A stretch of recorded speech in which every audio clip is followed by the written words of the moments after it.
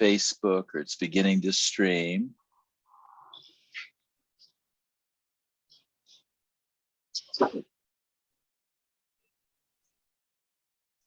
And there we go.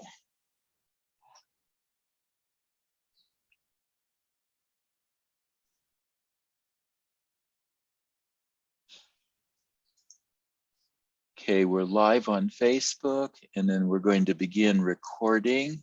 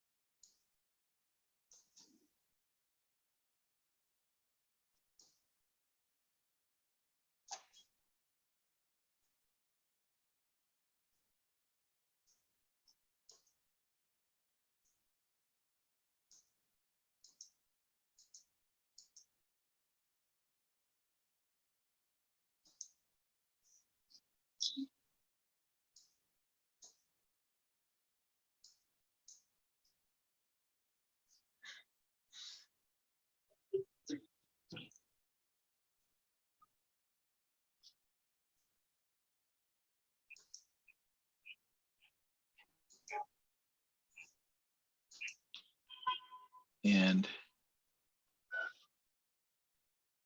Peter, you're not set up as host, and we're ready to go.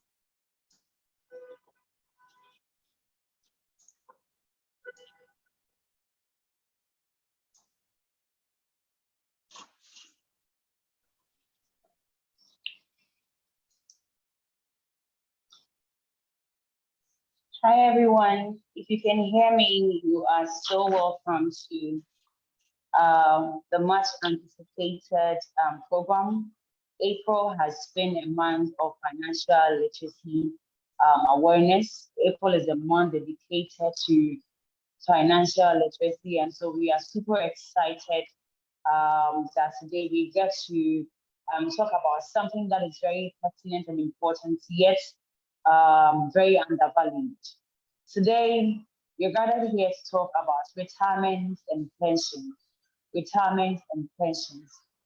It's very important that we talk about these things because, of course, we can't stop ourselves from aging or growing, but we can definitely plan the kind of life we want to live when we age or grow.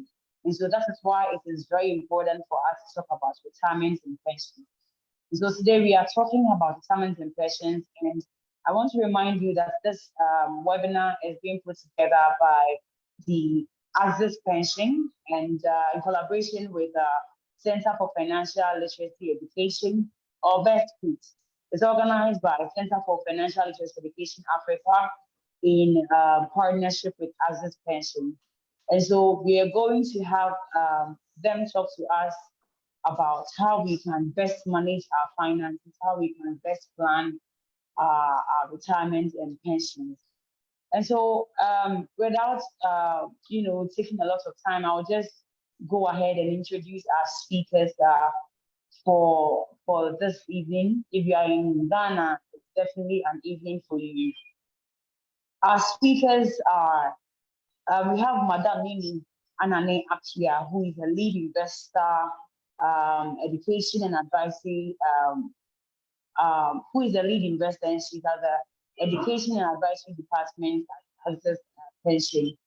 We also have Madam Harriet Ama, or Ama, who is the Corporate Client Relationship Manager at Access Pension Trust Limited. And then we have our very own, yours truly, Mr. Peter K. Asarinyako, who is the Executive Director for the Center for Financial Literacy Education, CFL Africa.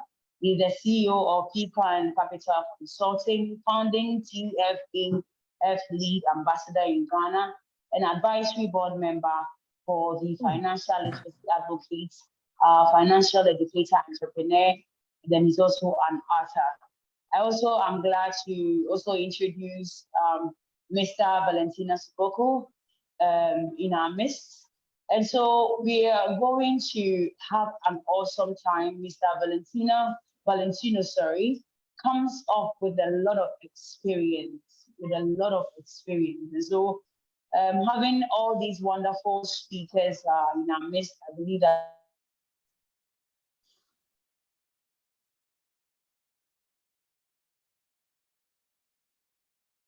we're a very knowing financial literacy. My name is Glory, and I'm a journalist and also a banker at the same time. I'm excited to be part of this initiative. And so without taking a lot of our time, we just go ahead and start or begin with the conversation. We would welcome Mr. Peter Nyako to give us an intro to the solution of the huge social problem of people not preparing and planning for their pension. So Peter, if you can hear me, please let's go or take over. Thank you. Okay, thank you very much. You're welcome. Just before you start, we want to welcome our online audience. Thank you so much for joining. Please feel free to send in your questions. Please feel free to comment. You can raise your hands in the chat box. You can send in your questions when our facilitators are speaking, and we are going to attend to each and every one of your questions. So we hope that you enjoy the journey.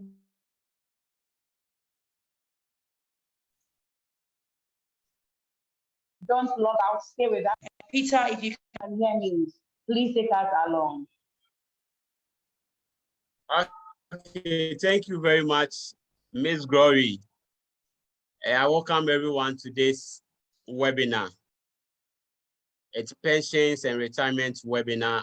April is Financial Literacy Month. And in our quest to raise a community of financial literates,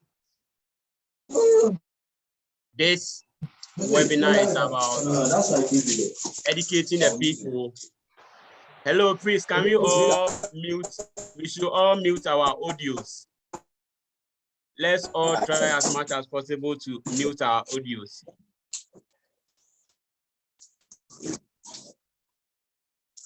Okay, so today's webinar is on pensions and retirement. We want to dive into the pension system in Ghana, and we also want to talk about how best we can plan our retirement, plan our future. So the first question I will ask is, are you managing your finances or your finances are managing you? This is a very important question that every day of your life, you need to ask yourself, am I managing my finances or my finances are managing me?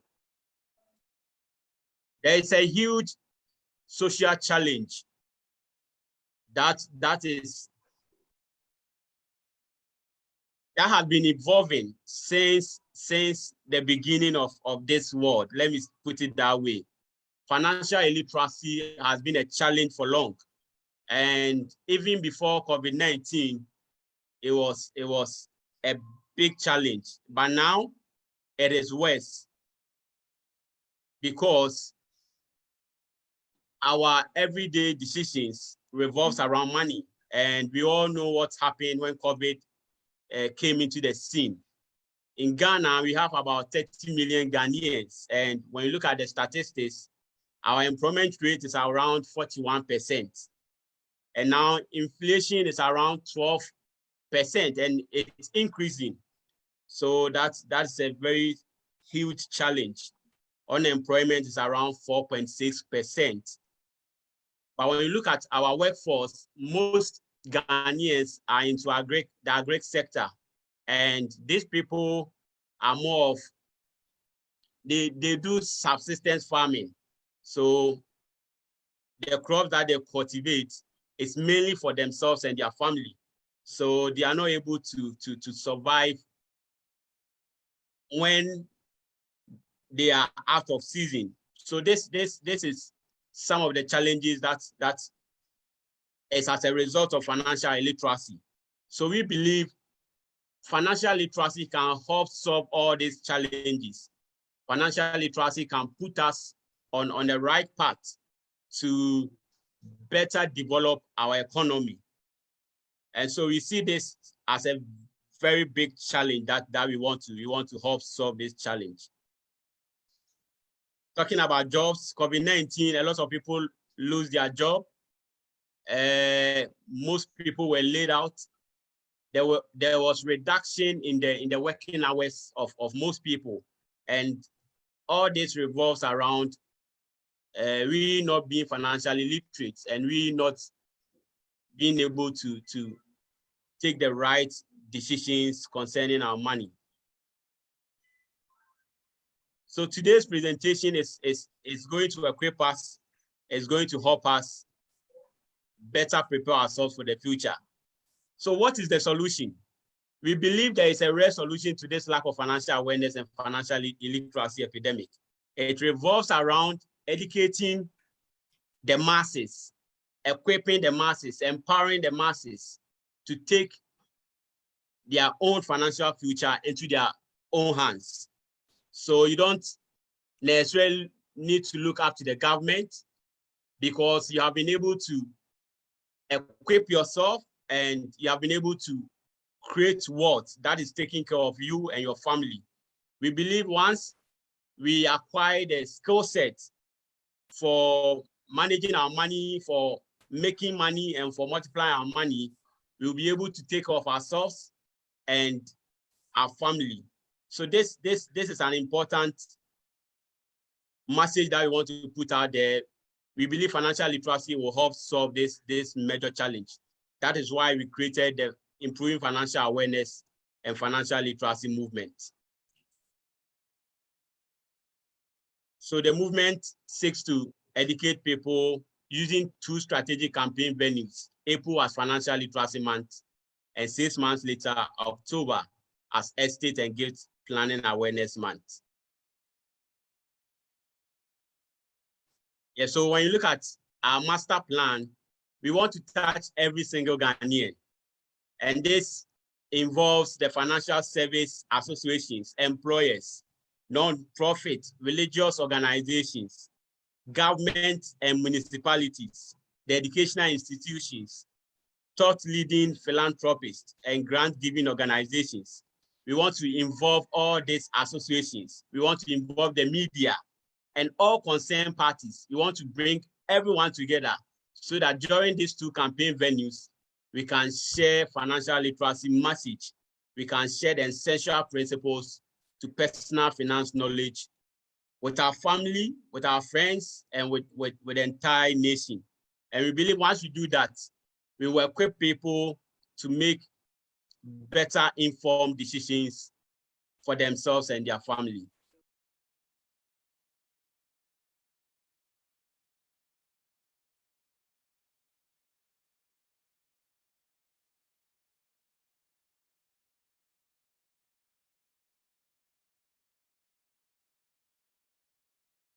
Hello? Hello? We hear you. Yes, so our next slide is talking about what other people are doing in Ghana. So when you go on Google right now and you type Financial Literacy Month in Ghana, you see a lot of activities that other organizations, other individuals are embarking on. And we want to encourage everyone to get on board. Organizations, institutions, individuals, let's all get involved in Financial Literacy Month in April. So I will share this link. If you want to know what other people are doing, when you follow this link, you can get a lot more information about it. So I will end here and I'll give the baton back to Ms. Glory to invite our speakers for today. Today we are talking about the pension system in Ghana. And we want you all to embrace the knowledge that is going to be shared. Let's all embrace it and let's practice it in our daily life. So Ms. Glory, you can take over. Thank you very much.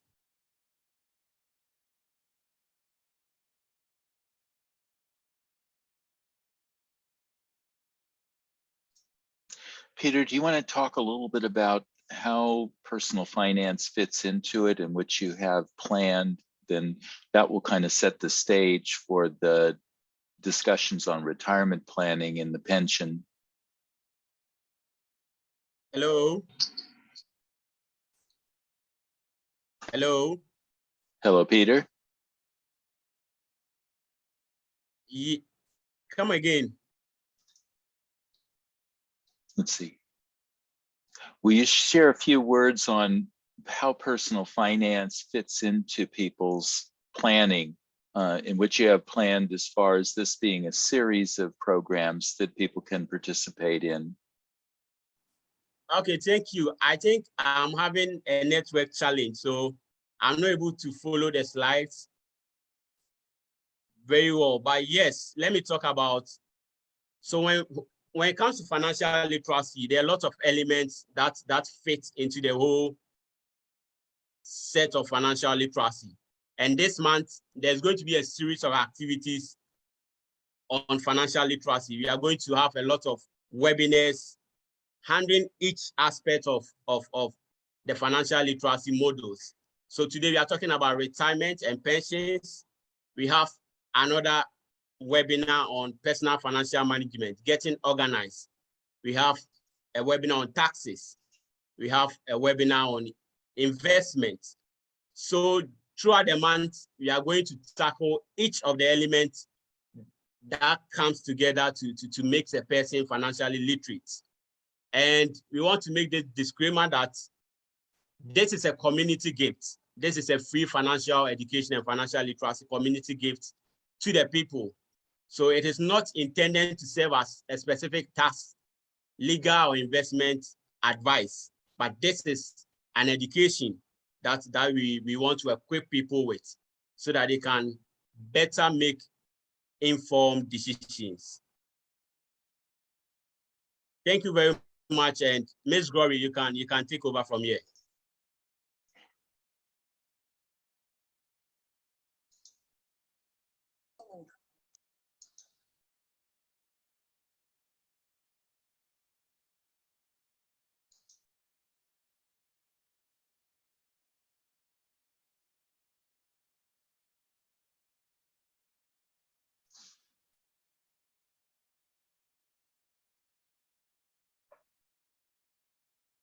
See, we're having some issues with the connection, so let me step in for a moment.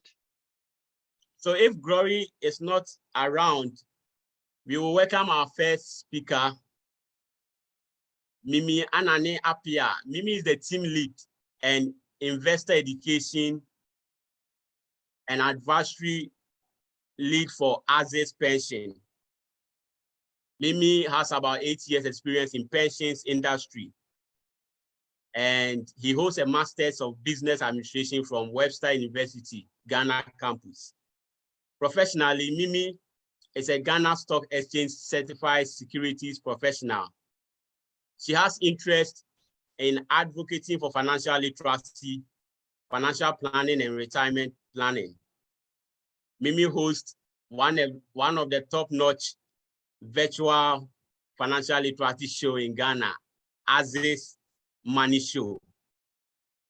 So without much ado, I will invite Mimi Anane Apia to take us through the first presentation for today.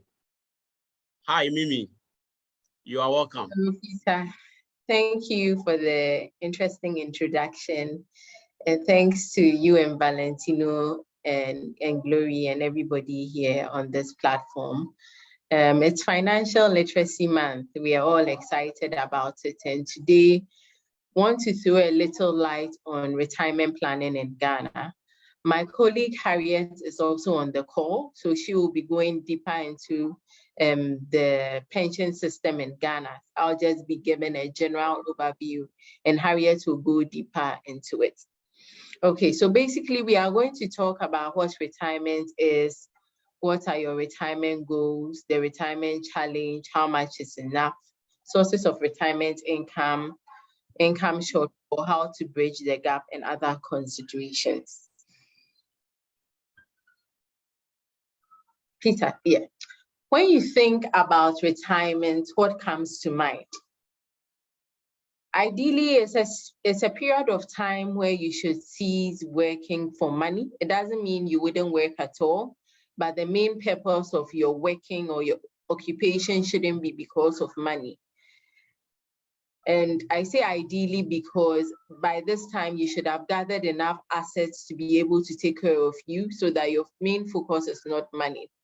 It should be a time of sober reflection, a time to enjoy life, a period to give back to society. So you will all attest with me that you have to go to work every day. You don't have time for some of these things, but retirement is a time to explore all these things I have mentioned in the presentation. It is also a time for pursuing life's unfinished goal. So for example, maybe you are working in the bank, but you love teaching. It's also a time to pursue that. At retirement or retirement planning involves you anticipating the events of your life and being able to determine the financial implication of those events and planning adequately. Now, mind you, resources are scarce. That means that you have to be deliberate about your retirement planning. It's not something that you must leave to chance. So my question today is, what is your retirement goal? For some, it may be to spend time with loved ones. For others, it may be to pursue some, some things that they have been wanting to do throughout their lifetime, but haven't had time to do, like I mentioned earlier. Let's take a brief break, or let's take some brief time to look at this video, after which we'll continue with our presentation. Peter, please, you can continue.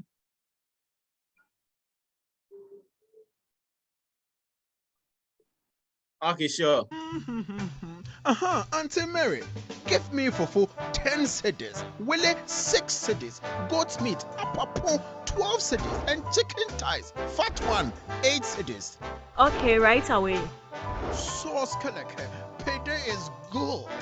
Add beer 1 wine. In the hustle and bustle of life, retirement considerations Next year. are often relegated to the bottom of our collective financial agenda until retirement hits you unprepared.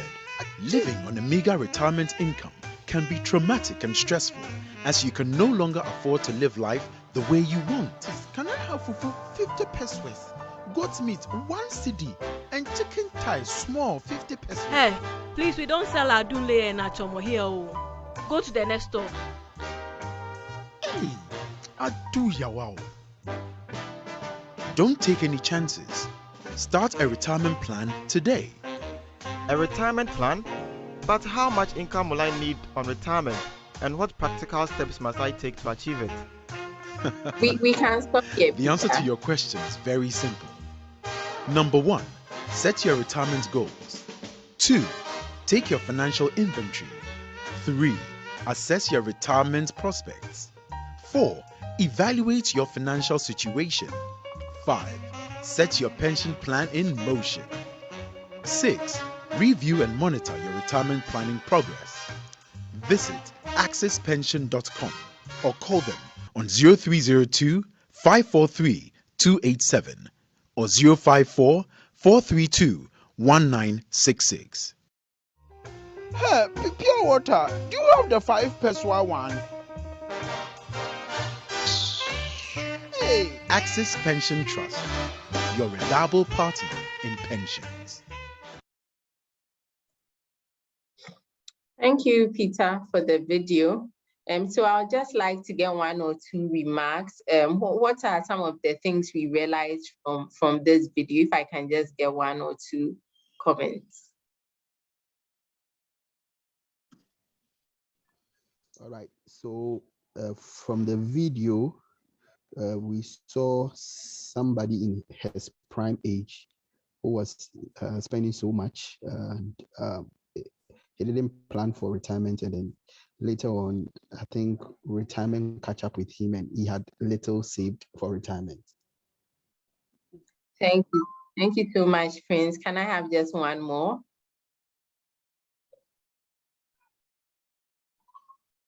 It doesn't happen automatically. Yes, yes. It doesn't. Unfortunately, he had to lower his standard of living because he didn't plan retirement.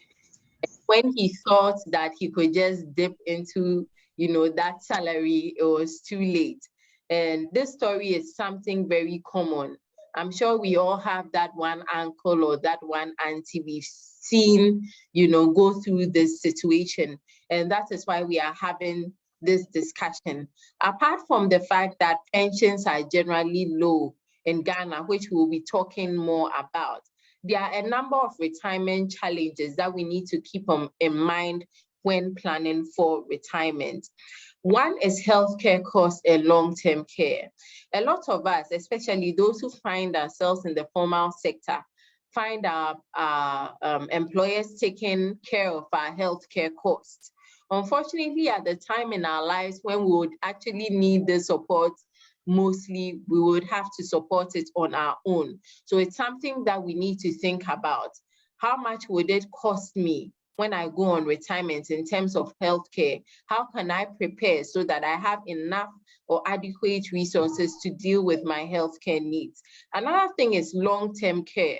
At a point in your life, you may need some support, either from a nurse or a family member or somebody you have to pay to be able to provide some support for you, since you may not be able to do everything you have been used to doing. All that comes at a cost, and it's something that we need to talk about. We need to think.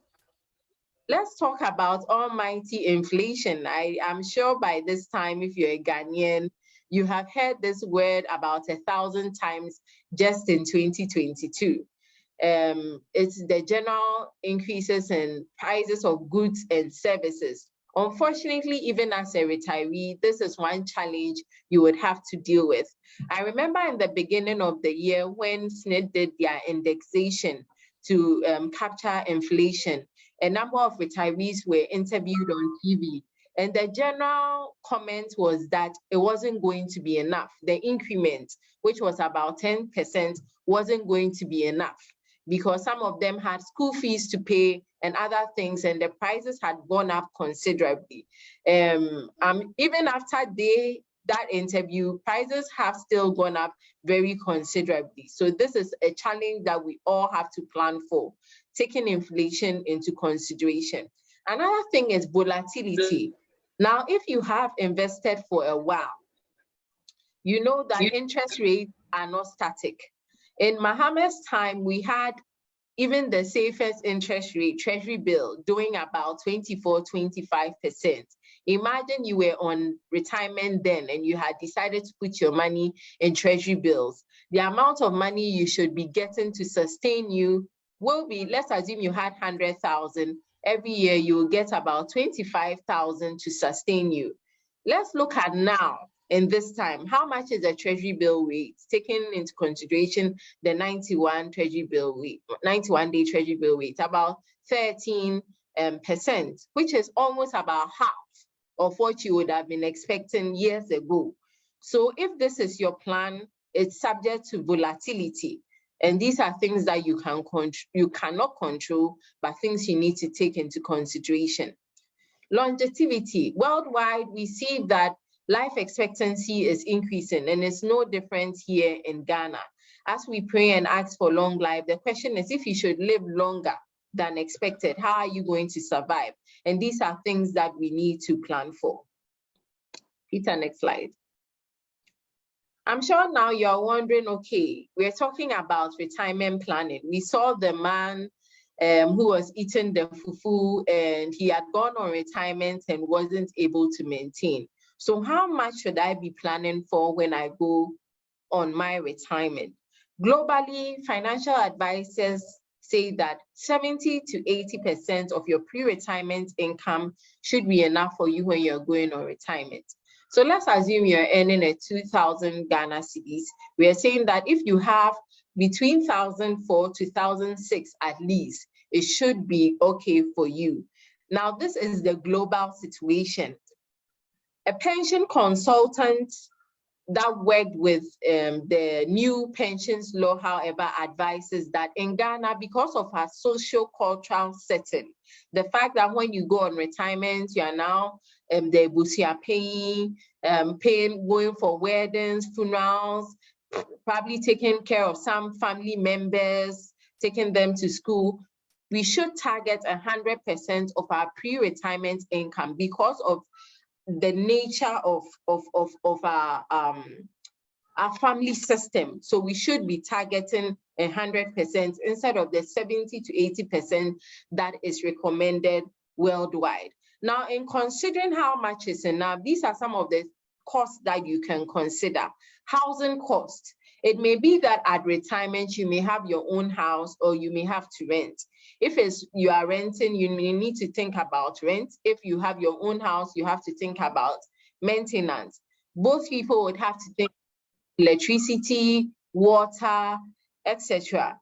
Another thing I've also mentioned already is healthcare costs, including long-term care. We also have to consider our day-to-day living, the food we eat, clothing, transportation, etc. Another thing is entertainment. Remember that at this period in your life, you have a lot of time to engage, to have fun. All these things need to be considered. So if you want to travel every year, every 2 years, every 3 years, all these things should be part of your plan. The night out with the boys, all those activities, once it has financial implications, should be considered in your planning. Peter, next. Now, as we talk about how much is enough, the question is, where is that money going to come from? When I talk about retirement income, the first thing that comes into the mind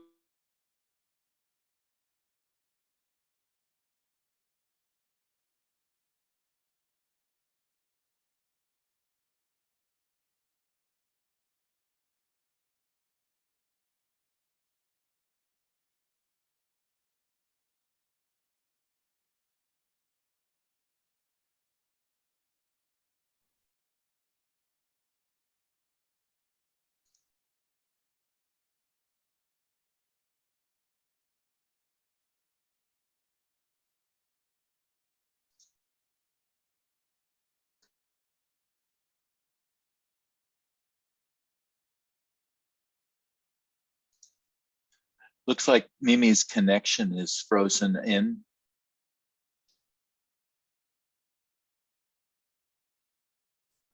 Hello. Hello. Looks like Mimi. Harriet, do you have a few words here, or Peter would like to comment on some of the other sources of retirement income?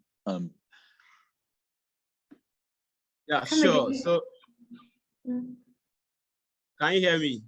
Yes. Hello. Yes. We can hear you. So I think Harriet should begin her presentation. Well, Okay, we have Mimi back. Okay. Hello, Mimi.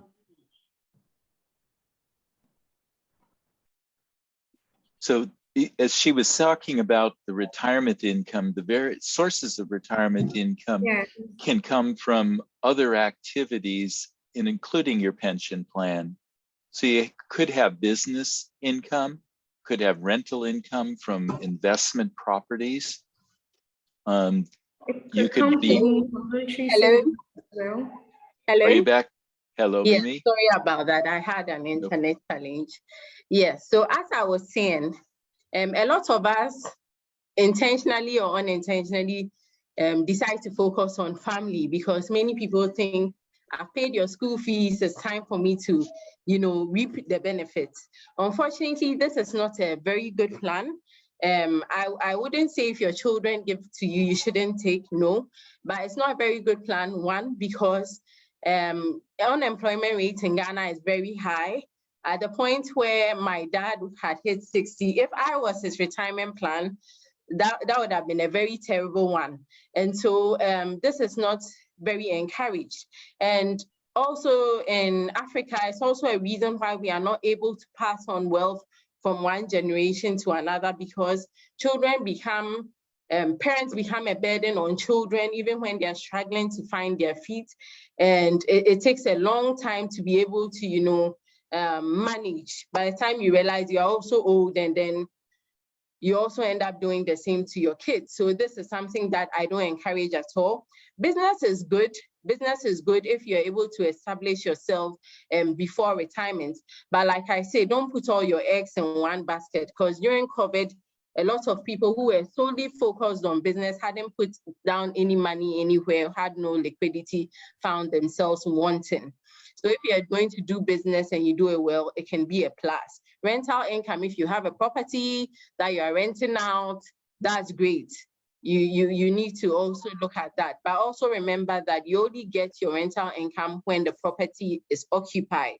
So have that at the back of your mind. There are several investments you can take advantage of. We also have the pensions, mandatory pension schemes, that's tier 1 and tier 2. My colleague Harriet will talk more about that. We also have the tier 3 PF and the personal pension. All these are baskets that you can take advantage of. I won't talk too much about this because Harriet will delve more into that. Peter, next. Okay, so according to SSNIT data, that was 2019, we had about 78% of Ghanaian retirees taking 1,000 Ghana cedis or less. In 2020, it improved by a bit. We had about 53% of Ghanaian retirees taking about 1,000 Ghana cedis or less. This is woefully inadequate. Woefully inadequate. So the question is, for most Ghanaians who rely on SSNIT, especially as their main source of retirement income, how do we bridge the gap? Because if you're in Accra, we know that 1,000 Ghana cedis cannot do much. So how do we bridge the gap? Peter, please take it to the next slide. So I wanted to capture tier 2 also in this slide. So in this slide, we have a scenario. I'll take you to 2 examples of the same person.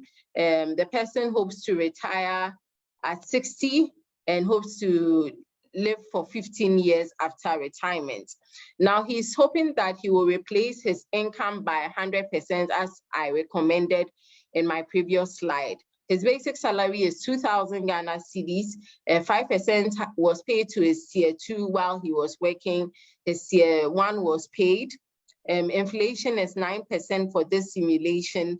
Returns on pension fund 16%, after retirement 14.5%, and the salary growth rate is 13%. So for this particular simulation. Now looking at this, if this man, let me call him Mr. A, should contribute for 15 years, SSNIT will replace his 2,000 by 38%. So just multiply 38% by 2,000, it's about 760. And the tier 2 would do an additional 7%. Remember that his income replacement goal is 100%. Let's look at the case where he has done even 35 years. SSNIT will replace his income by 60%, and tier 2 will do an additional 26%. That is 86%. So we can see that just having tier 1 and tier 2 alone is not enough if you want to be able to maintain a decent lifestyle during retirement. It will amaze you to know that a lot of employers are not even paying tier 2 on behalf of their workers. So this tier 2 is even for the few that are fortunate.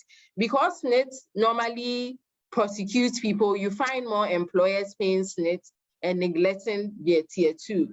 It will all come to bite you later. So in making sure, in negotiating your employment benefits, make sure that some of these things are being paid. And if you have an opportunity to take advantage of a tier 3, which would further improve your situation, please do that. And as much as possible, avoid withdrawals. I know it can be a tough one, but as much as possible, avoid withdrawals from your tier 3 scheme. Please, next slide.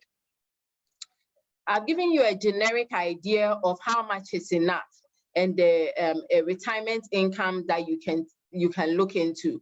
But to know how you are doing on your own, I would encourage you to visit our website. The link has been put up there. Just go there, go and put in your details, and then you would have information on. So this is the website. You can put in your details, your email, date of birth, when you plan to retire, number of months. So get your SNP statement, get your tier 2 statement, put all the information in there. What this calculator will do for you is it will help you know whether you are on the right path, or it will help you know whether there's a gap between what you expect as your retirement income and what you expect as your retirement income, and where you are or where you will be if you continue to take the same steps you are taking now towards your retirement. And the interesting thing is it will let you know the gap so that you know what to do to be able to bridge it. Because I wouldn't want to take too much time, I'll leave my contact for you to reach out to me for assistance on how to use this calculator. But it's very helpful, and I'll encourage each and every one of us to do that. Last year I did, in fact, last week, a friend of mine did it with me, and her situation was good. So I was excited for her. But last year I did it with somebody, and he had just 10 years to retirement, and you have to invest 3,000 a month to be able to bridge the gap, because he waited for too long. So I would encourage all of us to do this as soon as possible, so that we can, if there's a need to do something, we do something before it is too late. Then that means we need to put in more efforts into bridging the gap. So I've spoken about so much. The question is, how do I bridge the gap? If I go through this calculator and I realize that there's a gap, how do I bridge it? Okay, great. So I'll give you a few tips. Harriet will touch on the 3-tier pension scheme, so I don't want to talk too much about that, but I'll say that whatever benefits she highlights, it will be important to ensure that you are taking advantage of the tier 1, the tier 2, and the law allows you to do 16.5% of your basic salary in a tier 3 scheme. So make sure you have maxed out all these pots I have mentioned. Beyond that, at least you can do an extra 10% of your income towards your retirement. Also, it's important to have an emergency fund while planning towards your retirement. I'm sure it's a bit weird to see an emergency fund and retirement planning, but a reason why I put this there is because a lot of people that I've come into contact with are very excited about retirement planning, see the need to, and all they have as investment is their retirement fund. Guess what happens? Your tire gets, or your car gets spoiled, and you are coming for your pension funds, which should have been saved for 10, 20, 30 years for you to get the most out of it. So it's important that you have an emergency fund, which is basically 3 to 6 months of your living expenses to deal with any emergencies that may come up, so that you don't have to tap into your retirement funds, which you have set aside for retirement. It's also important to plan for capital expenses, and this is a mistake I have done before, so I'm not going to play innocent. I didn't plan for this capital expenses. Guess what suffered? My pension fund. So I encourage you, if you want to buy a car, you want to go build a house or do something, to plan for it so that you don't end up tapping into your pension funds to be able to do some of these things. Also, I've mentioned consider inflation, healthcare costs, longevity when planning for your retirement. Also, increase your contributions as your income increases. I'm really praying that your salary increases this year, your profit increases this year. And when that becomes the case, don't forget your future self. Make sure you increase that direct debit or increase whatever you've been putting towards your retirement. It helps to make sure that you are able to bridge that gap. Especially if you are behind, you want to be very aggressive with your retirement savings. If there are assets that you are not using that you can sell off and push these monies towards your retirement, that would be great. If you get some, gifts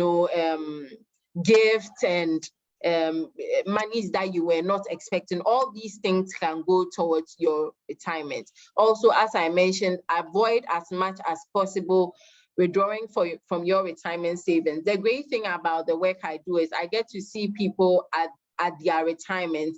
And I can tell you that those who don't retire too much end up going home with a lot of money. Sometimes they can buy an annuity plan with Axis and then also get an income from them, plus what they are getting from SNIT. And it's a comfortable life for some of them, really. So that I encourage you that if you have a tier 3, avoid withdrawing. It can be very tempting, but avoid it. Also monitor your pensions. It's not okay for your employer to be doing your SNIT, your tier 2, provident fund, you even having your own personal pension and not monitoring. Because I remember a situation with my colleague who is here on the call where the retiree was expecting to have retired with 1 million and he ended up with 600,000. And his reason for his expectation was that a friend of his who he thought was on the same income level retired with 1 million, so he should have retired with 1 million. And to me, I thought that he didn't check his statement. He wasn't checking his statement to know that this is how it's likely to look like. So if I have plans for 1 million, what do I do to bridge the gap, or how do I adjust my goals so that I don't have any shocks? So please monitor your pensions. Make sure your SNIT pensions are up to date. The right amount is going in. Every month you have worked for has been captured. If you have a problem, see your HR. The same for your tier 2, your tier 3, see your HR, make sure that your statement has been updated, and make sure that as much as possible, the contributions are paid at the right time, especially with your tier 2 and your tier 3. If you work in the public sector, this can be a tough thing because it's a different situation, but as much as possible, try and check your statement to know what is going on. It helps you know what efforts to put in towards your retirement. Also, once you realize that there's a gap, you don't need to overthink it. Start saving towards your retirement now. Sometimes there's a situation like I mentioned where the man realized that he needs to save 3,000 Ghana cedis a month. And this man was earning 4,000 Ghana cedis. I feel like that was overwhelming. So it's very easy for him to put the retirement goal aside or whatever he needs to do aside and just go with the flow. But no matter how big your retirement goal is, no matter how big the gap is, at least do something. You may not be able to do the 3,000, but if you can do 1,000, start with 1,000. It's at least it closes the gap rather than just letting it go and struggling eventually when you go on retirement. Next slide, please. So this is a slide just to give you an example of how investment or compound interest can come through for you to help you bridge the retirement gap. So for example, you are in your 30s, maybe you are 30 and you can afford to do 200 Ghana cedis towards your retirement every month without touching it. Let's assume you don't even increase it year on year, it's 200 cedis plus throughout the 30 years.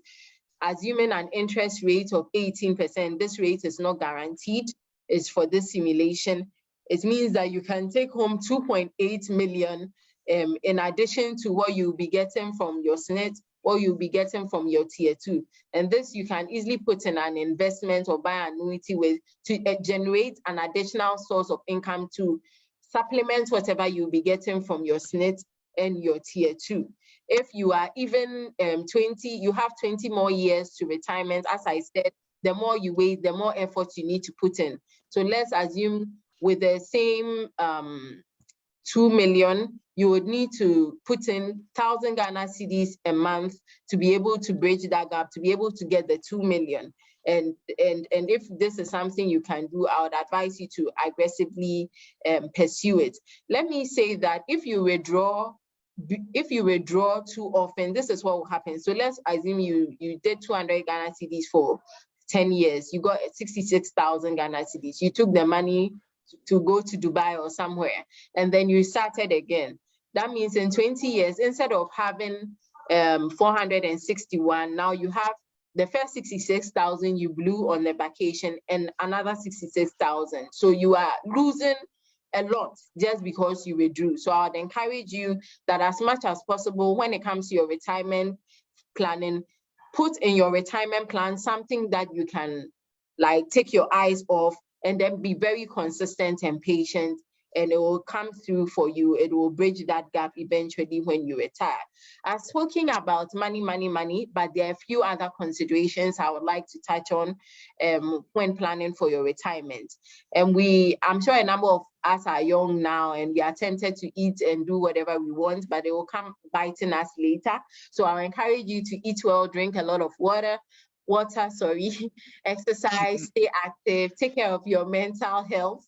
And also, as I said, think about funds for your health care or health insurance at retirement. Taking care of your health now would make sure that you avoid certain ailments which will come at a cost to you when you go on retirement. It's also important to think about your social life.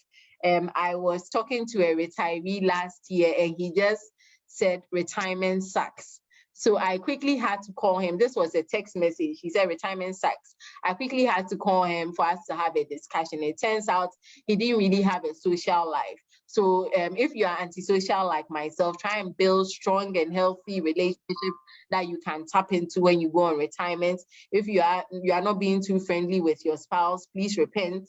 Your friends and family, your old student association, retiree groups, religious groups, please start tapping into them now. They'll come in very handy when you go on retirement. It's also very important that we start thinking about accommodation. What I have seen from where I sit is that people leave this thing till it's too late, especially for those who have some government properties they are living in. They leave it till it's too late and then take their lump sum that they're supposed to survive on to go and build a house, which is not very wise because that is reducing your liquidity. And as retirement, liquidity is one of the most important things. So make sure that you are thinking about your housing situation. Are you going to build your own house? Think about the maintenance and renovation. If you are going to rent, what is the cost of renting? If you are going to live with family, the fights and all the nuances that come with, living in such spaces, you need to take that into consideration so that you prepare your mind adequately and prepare yourself adequately for this. Also, occupation. It's not very healthy to be on retirement. Retirement doesn't mean come home and sleep. No, you can do things that you love, hobbies, businesses, consulting, mentoring the next generation. You have so much experience. It's a good time to mentor some contract work or partial employment, supporting family. Where my kid used to go to school, you see a lot of grandparents come and pick their kids. All that is family support. It's all getting yourself active. You find some people becoming pastors when they go on retirement. I met somebody who is going on retirement later this year, and he said he wants to start his PhD. All these things are ways of occupying yourself and are very healthy for your brain and your mental health, and make sure you live a good life after retirement. And these are all things we should be thinking about when we are actively working, so that we put in place the right plans so that when we retire, it can be comfortable.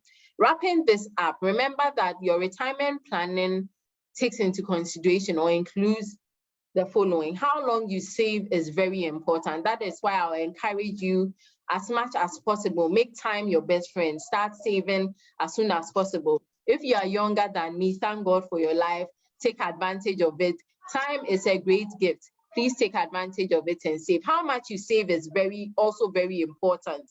The more you save towards your retirement, the better the outcome. So how much you save is very important.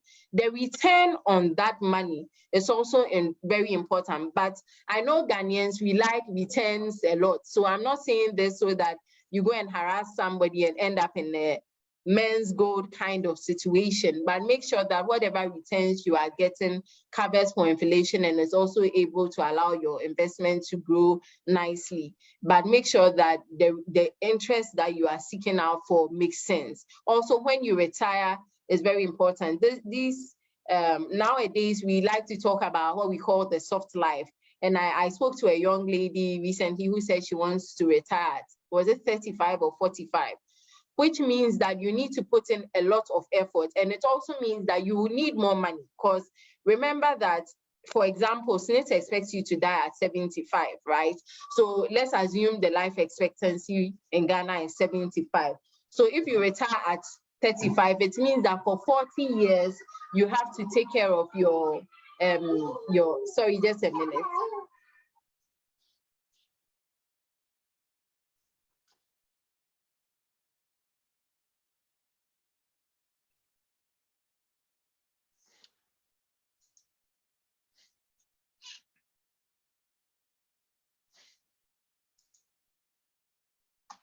Sorry about that. My son is chasing me around. I'm sorry about yeah, so yes, as I said, the earlier you retire, the more money you would need. So these are things that as you think about the soft life and the fact that you want to retire, remember that it's going to cost you money. So if this is really your goal, make sure you are working aggressively towards it. How much income you seek to sustain your standard of life. So if I need 1,000 Ghana cedis to be comfortable during retirement, my plan will be different from somebody who needs 10,000 Ghana cedis. So this defines how our retirement plan turns out. Unfortunately, we don't have control over how long we live unless you want to commit suicide. We do not have control over how long we live, but these are some of the things that are captured in our retirement plan. And the longer you live, the more money you need. Not to say you should be praying for short life, but just that once you're praying for long life, start planning towards it. Then inflation and healthcare costs, that has been touched on over and over again in my slides. Next, Peter, please.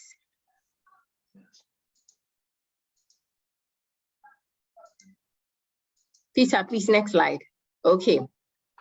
So how can Access Pension help you? At Access, we manage Tier 2 and Tier 3 pensions. We're a corporate trustee. So if you have a company or you're an employee in an organization that is looking for a Tier 2 provider, or you want to start a provident fund and take advantage of the 16.5% tax relief, you can contact us. We also have a personal pension scheme. As an individual, you realize that there's a gap between what you want and what is actually happening, your current situation. You can take up a personal pension plan and start putting something on your own towards your retirement.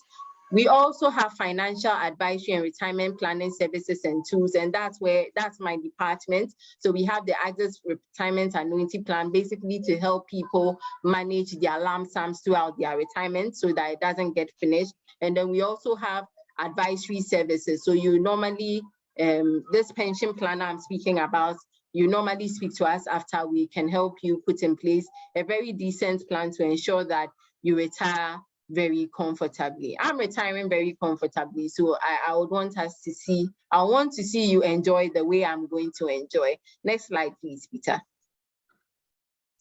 Thank you very much. In Access, I just wanted to throw a little light on who some of our clients are. Unfortunately, I didn't want to bore you too much with the details. So these are a few of our clients.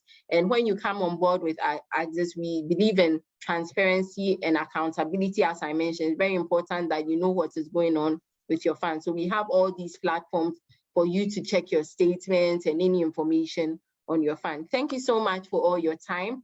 I don't know if I can take questions now or we'll do so at the end of the session. Thank you. Great, Mimi. That was, hello, Mimi, can you hear me?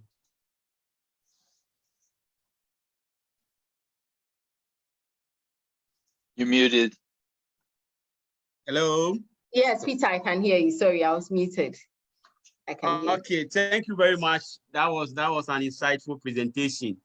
So we will ask the audience to note their questions down, and there will be time for questions and answers. So when you get to that, then they can then ask their questions. So we will go to the next presentation. Valentino, if you can share Harriet's presentation. Okay, we have the introduction to Harriet. Then we have the okay, sure. So let me here. And let me introduce her. So our next presentation is on the pension systems in Ghana. And to help us digest into that is Miss Harriet Ama. She is the corporate client relationship manager at Axis Pensions with over 5 years experience in the pensions industry. She holds bachelor's degree in French and master's degree in business administration from the Kwame Nkrumah University of Science and Technology. Prior to joining the client relationship management department, she was a pensions advisor and a corporate sales representative in charge of corporate sales in Ashanti, Bono East, Ahafo, and Bono regions. She was also the team lead for the company's Gorilla project. Harriet is very passionate about learning and helping people through her experiences and the knowledge she has gained over time. Outside work, Harriet enjoys listening to music, singing, and meeting new people. Ladies and gentlemen, help me welcome Miss Harriet Ama to help us digest into the pension systems in Ghana. You are welcome, Harriet. Thank you very much, Peter. Okay, it's such an honor to be here today to share with you my knowledge on the pension systems in Ghana. So without wasting much time, I'll zoom right into it. So we see on our screen various stages of life, and almost instinctively, we always plan towards these stages. For example, if I want to get married, I'll count the cost and I start saving towards the wedding. Once I get married, I know that kids will come in soon, so I start saving towards this as well. So we are constantly planning towards the various stages we have in our lives. But when it comes to retirement, we see it as an event that is so far away, so we are not able to save towards it adequately. In order for you to save towards retirement adequately, it's not just about putting money down. It's also about understanding the pension systems that are available to you and the opportunities available to you. Next slide, please.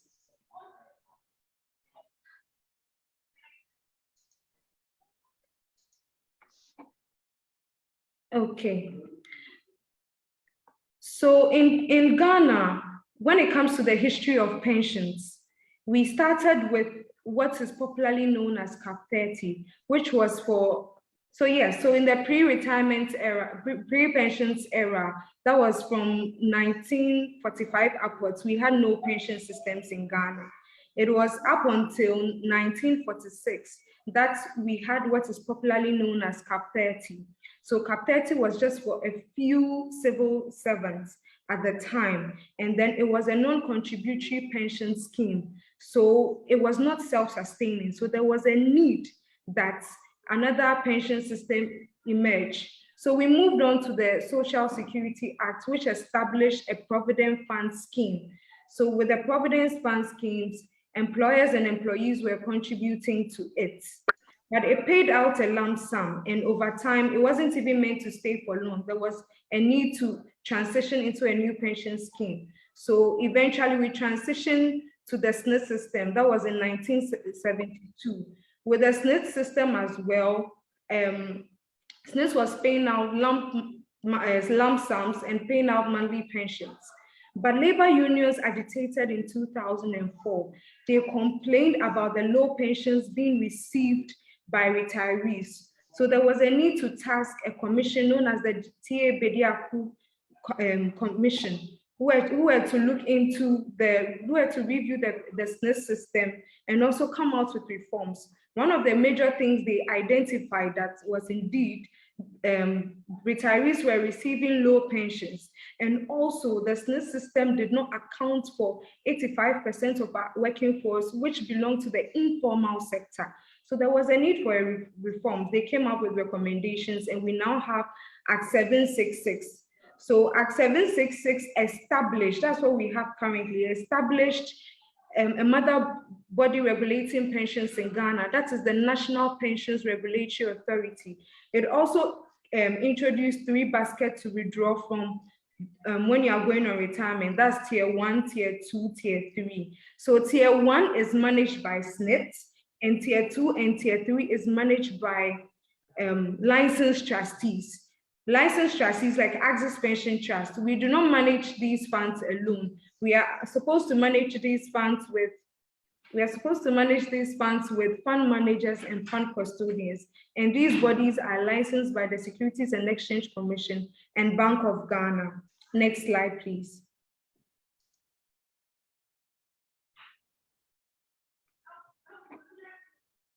Next slide, please.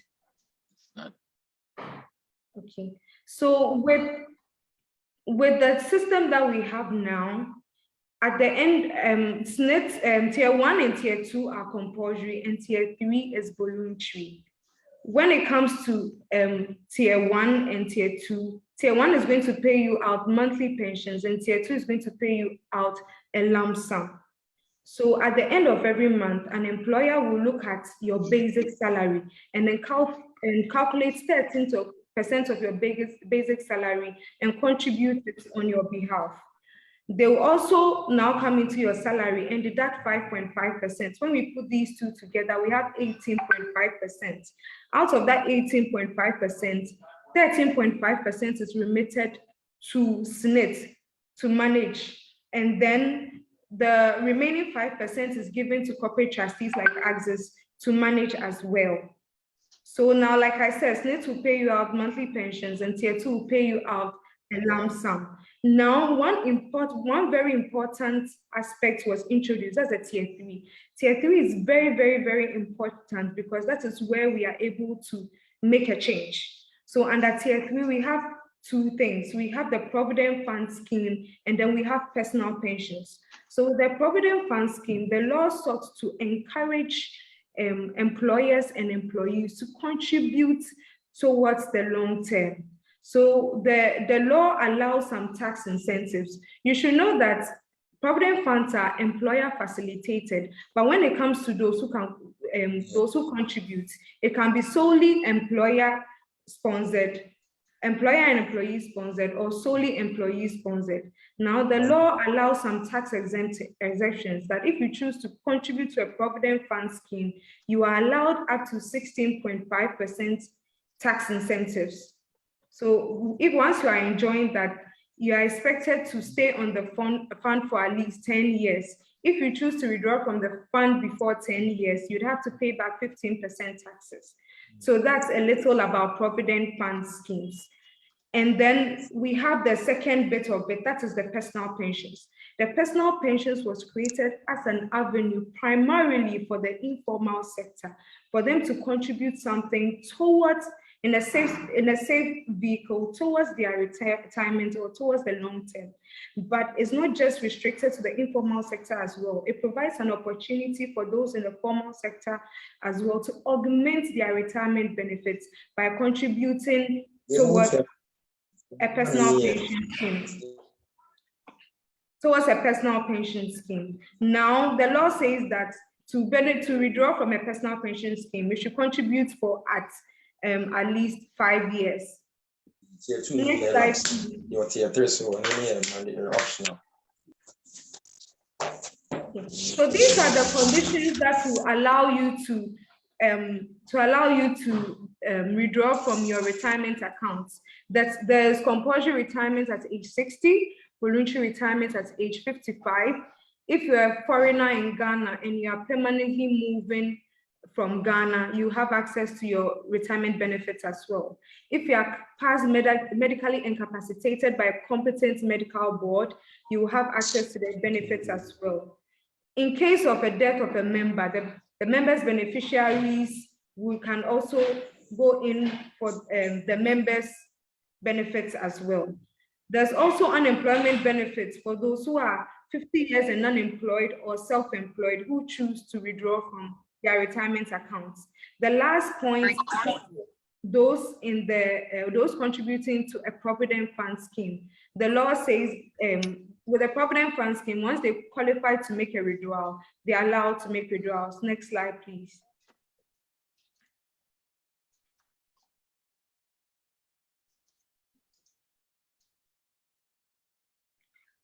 So in order for us to retire comfortably, we need to know exactly how SSNIT calculates our benefits. When it comes to SSNIT calculating our benefits, they look at two very important parameters. The parameters are our pensionable salaries and then our pensions rights.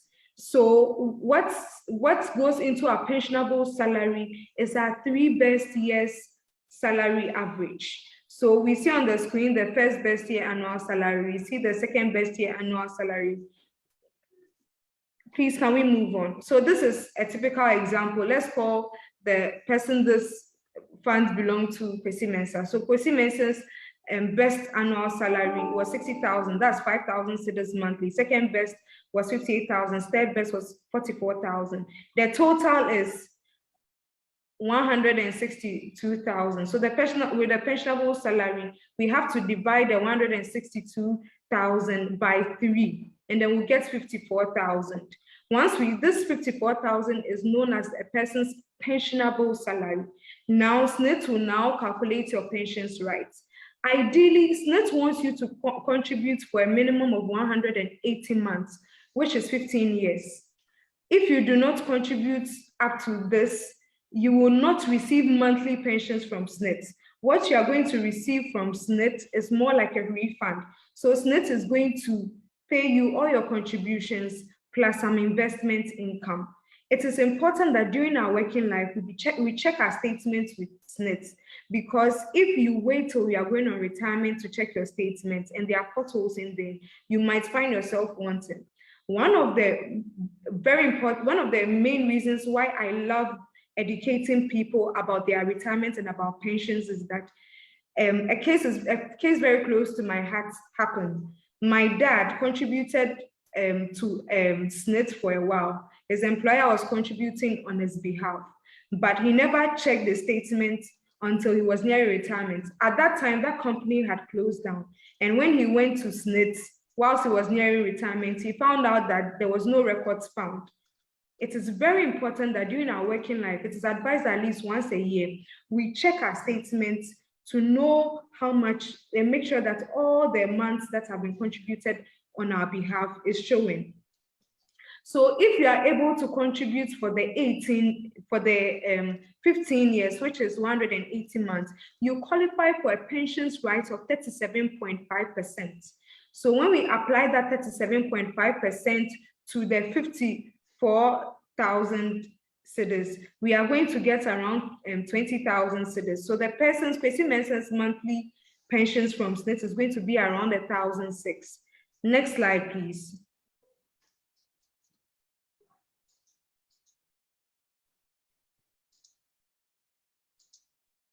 Assuming Kwesi Mensah contributes for more than 15 years and he chooses to contribute for, he ends up contributing for about 20 years, his pensions right would be 43.13%, and then his monthly pensions will be around 1,009. If he chooses 30 years, he's going to get around 2,004. If he chooses to contribute for 35 years, he's going to get a 60% pensions rights, which is the maximum anybody can get as pensions rights in the system, 60%, that's it. So we see that for contributing for 35 years, 60% pensions rights is getting Kwesi Mensah around 2,700. 40 years, same thing, 60%, he's still going to get 2,700. Next slide, please.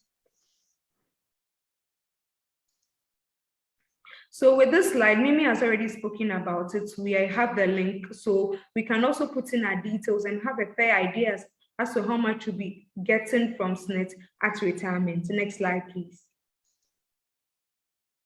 So Mimi spoke about this, that by global standards, if we're earning around 70% of what we used to earn, we should be fine. But these are the statistics from SSNIT as of December 2021.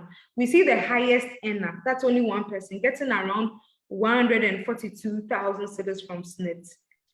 And the lowest earner getting around 332.48 Ghana cedis.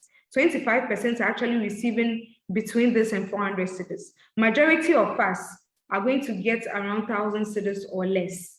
And that is a whopping 78%. Only 1% will be getting 5,000 or more, is currently getting 5,000 or more. And this tells us that if we are solely going to rely on SSNIT to retire comfortably at retirement, we might be in trouble. Next slide, please. Now, our Tier 2 and Tier 3 funds are invested in Government of Ghana securities, fixed deposits, bonds, mutual funds, equity. These are the things that the law allows us in. And from the screen, we even see that we are given a limit to invest these monies. So the limit is also right there for you to see. What I want you to pay attention is the compound interest chart we see. We see two cases, Mr. A and Mr. B. They are both 30 and they'll be retiring at 60. And they are both contributing to schemes. One is using simple interest, one is using compound interest. We see that Mr. B is investing in a scheme that operates on the basis of simple interest. So at the end of his working life, he's taking home around 863,000 cedis. But Mr. A, who is investing in a scheme that operates on compound interest, is going home with around 3.5 million. That's to tell us that when we are investing for the long term, it is important that we invest in a vehicle that uses compound interest. And thankfully, our Tier 2 and Tier 3 schemes are all invested on compound interest basis. Next slide, please.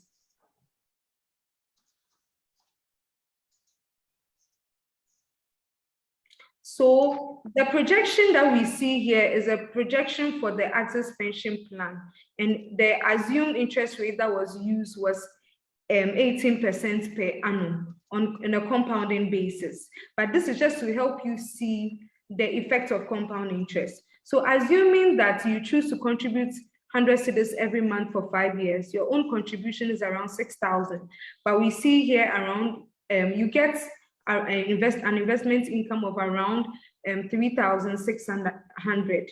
But let's look at the 10th year. In the 10th year, the money more than triples. How? Compound interest. Assuming that I start contributing contributing a personal pension account with you, and whilst we were contributing, at the end of 5 years, I'd seen a very fine gentleman I wanted to get married to. So I withdrew my 9,000. I went to use it for a wedding for this young man. And then you choose that you were not ready to use the fund. So you're going to keep withdrawing it. In the 6th year first month, my money going into investment is starting with another 100 cedis. But you are going into investment with around 9,700 cedis for the 6th year first month. By all means, we all know that once with these two monies, by all means, the higher amount will be yielding more interest as compared to the 100 cedis. So it is important that it's not even about how much you're contributing, but the time that you have available to use to save. So you choose an amount that you're comfortable with, and choose to invest in a personal pension scheme, so that when you are going on retirement, you'll be able to go home with a substantial amount to augment the benefits you are already taking. With the personal pension scheme, you can increase your contributions at any time, and you can also decrease your contributions at any time. It's quite flexible. You even choose when to start.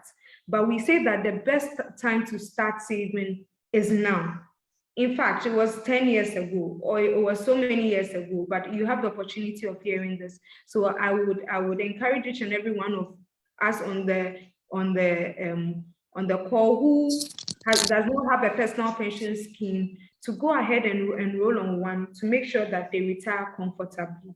At this point, I will bring my presentation to an end. Thank you. Thank you so much, Madam Harriet Ama. That was obviously a very, very good presentation, and we are grateful for pouring so much into our heads. Now we know that once a while, we have to hop on into our SSNIT account and check the kind of pension and how our pension scheme is running and the state of our SSNIT account. And so we'll be doing that a lot. I mean, personally, I have never checked on my SSNIT statement. I have never bothered, but because of your presentation, now I will do so. And now I also know that, Tier 3 is equally very, very important. So I need to give it maximum attention. I want to remind our audience that we are still taking questions. And so if you have any question, you can send it into the chat box. If you're watching us on Facebook too, please feel free to drop your comments in the comment section. You can drop your question there. Our resource personnel are ready to assist us with them. And so we would move on to our next resource person, our very own, the Right Honorable Mr. Peter K. Asari-Nyankong. So we're going to just listen to something small about Peter, a little bit of his biography and what his life has been about all these while. Peter is the founder and executive director for Center for Financial Literacy Education, that's CFL EU Africa. And he is the CEO of Pecan Capital Consulting. Peter is a financial literacy advocate, financial educator, mindset coach, practicing accountant, author, and lead TFAF ambassador in Ghana. TFAF, if you mind or if you care to know, is an advisory institution or body that educates people about financial matters. And so TFAF advisory, when you get in there, he's a board member.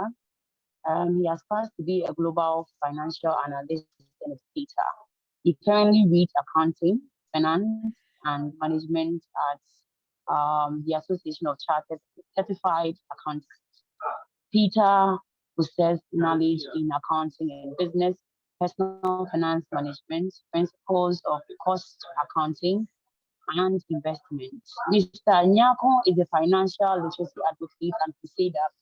Peter uses and maximizes his God-given talent of speaking, writing, and serving people as his continuous coaching and gift to people, and in all the things that he does. I'm sorry about the screen. I believe everyone can see it very well. So I'm seeing it again. As a financial literacy advocate and crusader, Peter uses and maximizes his God-given talent of speaking, writing, and serving people as he continuously coaches and talks to people in all walks of life. Personal life mission to empower and educate his generation, focusing on personal finance, business development, and investments to help them build and achieve their happiness. Ladies and gentlemen, I present to you our resource person and one to handle the next presentation. Mr. Peter K. Asari-Nyankong is going to talk about how we can solve this menace of people not planning well for their pensions and retirement. Mr. Nyankong, if you can hear me, the floor is yours. Thank you so much for availing yourself. Thank you very much, Glory. It's a privilege to be here this evening. And initially, I was battling with my network, but we thank God I'm back now. I will acknowledge my initial speakers. Harriet and Mimi has done justice to the topic. But I'm here to take you through a systematic approach that we can use to plan our finances. If you're planning about your retirement, how do you go about it? So if you can see my screen, we have 6 steps that will help you successfully plan your finances. And it revolves around a circle. So the first step talks about you defining your goals. The second step talks about you gathering and organizing your financial data. Step 3 talks about analyzing your situation and discussing your situation with your financial advisors, your investment advisors, your insurance professionals. And then you have to develop your strategies. After developing your strategies, you then implement your plan. Then you track and monitor your progress. So when we watched the video from Mimi, we realized that the video was telling us how we can achieve our retirement goal. And it mentioned all the steps that I've outlined here. So in planning your finances, you have to go through the same steps. So step number 1 is talking about defining your goals. In defining your goals, you have to be specific. So I have this profile statement that I say that there's a huge difference between a financial dream and a financial goal. Most of us, we have dreams. We don't have a goal. But if you want to plan your finances, then you need to define your goal. You need to be specific about it. So when you look at the financial planning steps, planning your financial independence and retirement, step 1 is saying that to be financially independent at age 65. So this was a plan for someone. The person is saying that at age 65, he wants to be financially independent and he wants to have $40,000 per year until he reached age 100. Live in my present house. So at that moment, he was planning his finances. He was saying that he was going to live in his present house. So in planning your finances, you need to ask yourself, where do you want to live? Where do you want to be 5 years, 10 years, 15 years from now? Financially, family-wise. Where do you want to spend your vacations? You have to take all these things into consideration. Then step 2, you need to gather and organize your data. Look at your net worth statement. The assets you have, the obligations that you have, you need to look at them. Then compare the two. Check. Then from there, you need to also check your employee benefit package. You know, most of the companies that we work with, they give out employee packages. And when Mimi was speaking, she mentioned some of the packages that we can take advantage of. So you need to look at your employee benefit packages. That will help you when you are planning your retirement. What is your current state of pension? So which pension plan do you have in place? You need to assess them. Mimi gave a lot of options that we can use to plan our pensions. Harriet spoke about the pension system in Ghana and how we can tap into it. So we need to look at our current state and then decide which of the pension plan we want to be enrolled on. And once we do that, we are gathering and organizing our financial data. Then step 3 talks about analyze your situation. Do your financial independence and retirement calculation. So you need to know your financial freedom number. So when we look at the plan here, the person was saying at age 65, she needs to have 40,000 every year from 65 to age 100. That's about 35 years. He needs to have 40,000 every year. So he has to multiply the 40,000 by the number of years he thinks he will live on earth. So you need to do your calculation, do your financial independence calculation. There's a lot of calculation out there that can, calculators out there that can help you do your calculations. Access Pension has their own calculator that can help you multiply or work out your numbers. There's the rule of 72 that will help you know how much your money, how many years it will take your money to double. We have the compound interest. All these financial instruments or tools will help you calculate your financial independence number. Then develop your strategies, employ ways to save more. If you have to cut down costs, Mimi spoke about it. If you have to reduce your expenses, you have to do that to be able to achieve your financial independence. Learn more about investment options. Talk to your investment advisor. So one thing I've realized is that in Ghana, we don't pay to acquire information. But if you really want to do well, you need to pay to acquire information. You need to employ a tax advisor, an insurance advisor, a financial planner, a financial coach. These people will walk you through the process. They will guide you on your journey to financial independence. So you need to start employing some of these services. When you come to Pecan Capital Consulting, we can help you with your financial planning needs. When you go to Access Pension, they will help you with your retirement and pension planning needs. So we need to take advantage of that. Then you need to implement your plan. After developing your strategies, you need to implement your plan. Most people spend too much time in their head than taking action. A lot of people have nice idea, and the idea is sitting in their head. They don't take action. But if you really want to achieve financial independence, then you need to take action. You need to implement your plan. So ask your investment advisor to develop an investment plan to generate a percentage that you are looking for. So this is where you ask questions about your. Hello, can we mute our mic?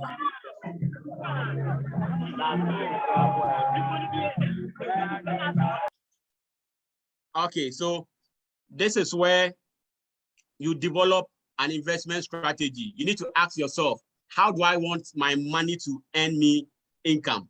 How do I want my investment to earn me money? So there are three ways that investment earns money. We can talk about income. This is where you put your hard-earned money to an investment and you get dividends, you get interest, you get commission, you start a business. Your business grows over time. So in this case, you are growing your investment through growth. If you buy a share, you can leave your share to grow over time. And another way your investment can earn you money is through tax rebates.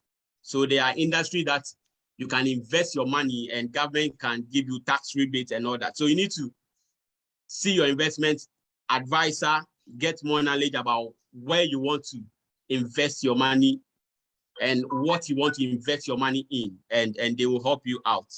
So you need to implement your plan. Then you need to track and monitor your progress. Once you start your journey to financial independence and retirement, you have to monitor your progress. So if you have a package with Access Pension, you have to be checking up on them. You have to track them. You have to do your monthly reviews, where all your investments are, where all your money is being kept. You need to follow up on that. You need to talk to your investment advisor to help you analyze your situation. Yes. So Valentino, let's move to the next slide. So after doing that, these are the essential principles to help your financial independence and retirement. How do this make a big difference for you?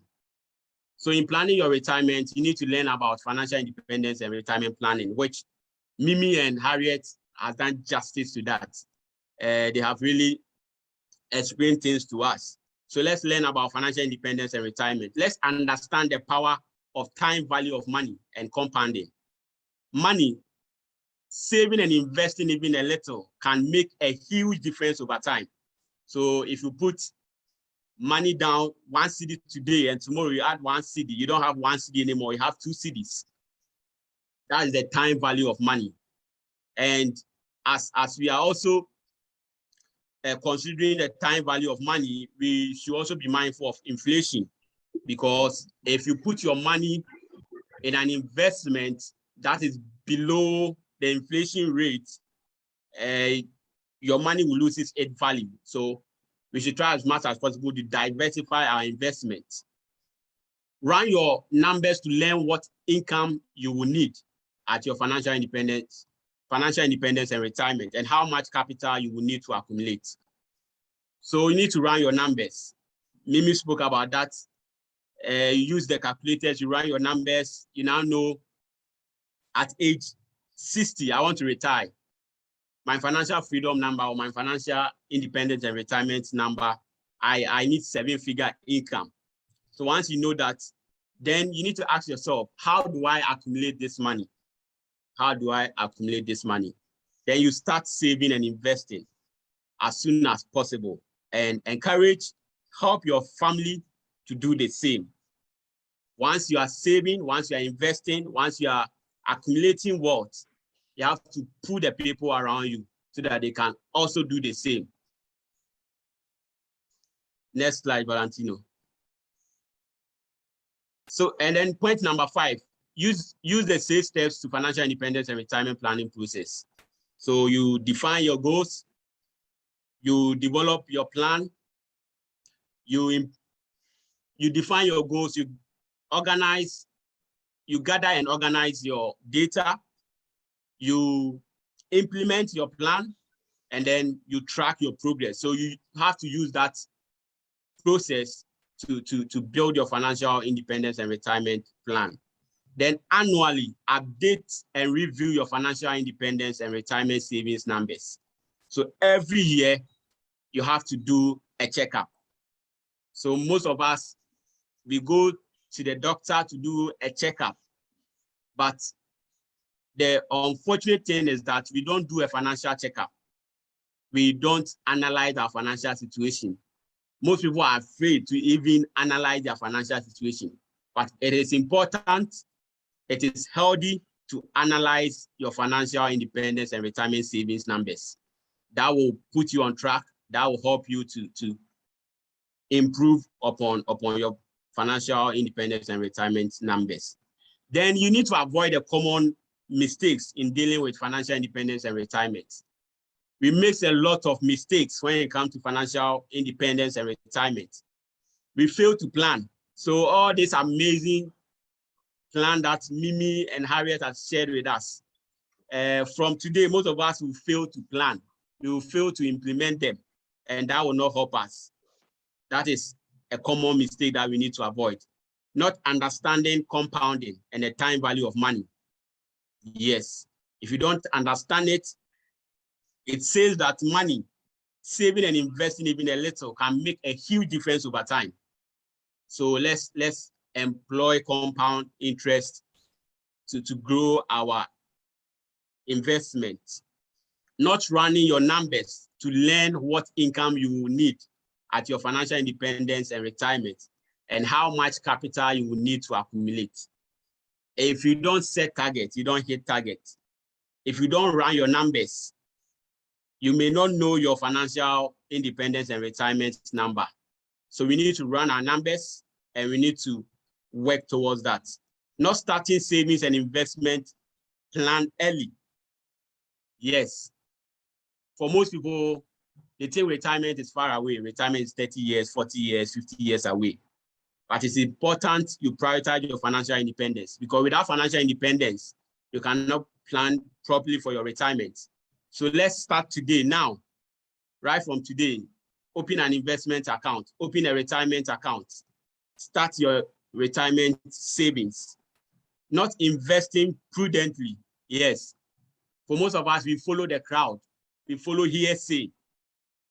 There are so much noise in the system, and if you don't take care, you invest your money into something that will not help you to achieve your financial independence and retirement. So we should discern when we are investing, and we should read more about investments. We should invest in things that we understand.